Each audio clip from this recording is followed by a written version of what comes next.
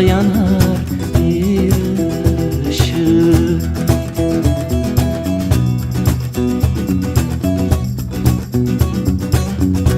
Düşmüşem derdine, olmuşam aşık.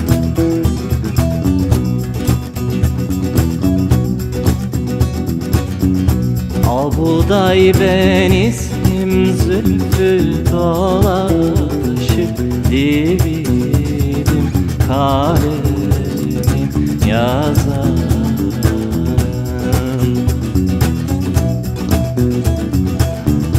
Böyle bir yavrunun da derdi var bende, yar bende, oy bende.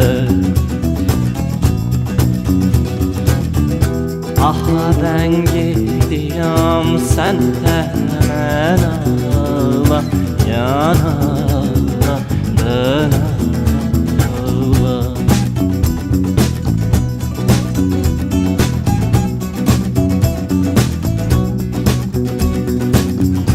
Yüce dağ başından indiremedim,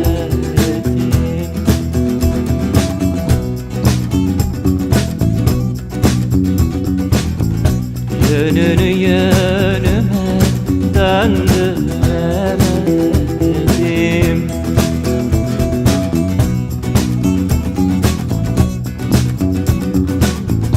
Bir güzelin aklın kandıramadım, dividim, kalemim yazanım.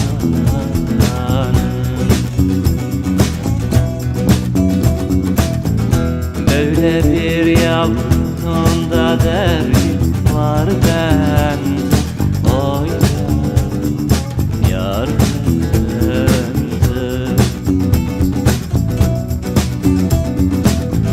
Aha ben gidiyorum, sen hemen ağla, yanağına dön.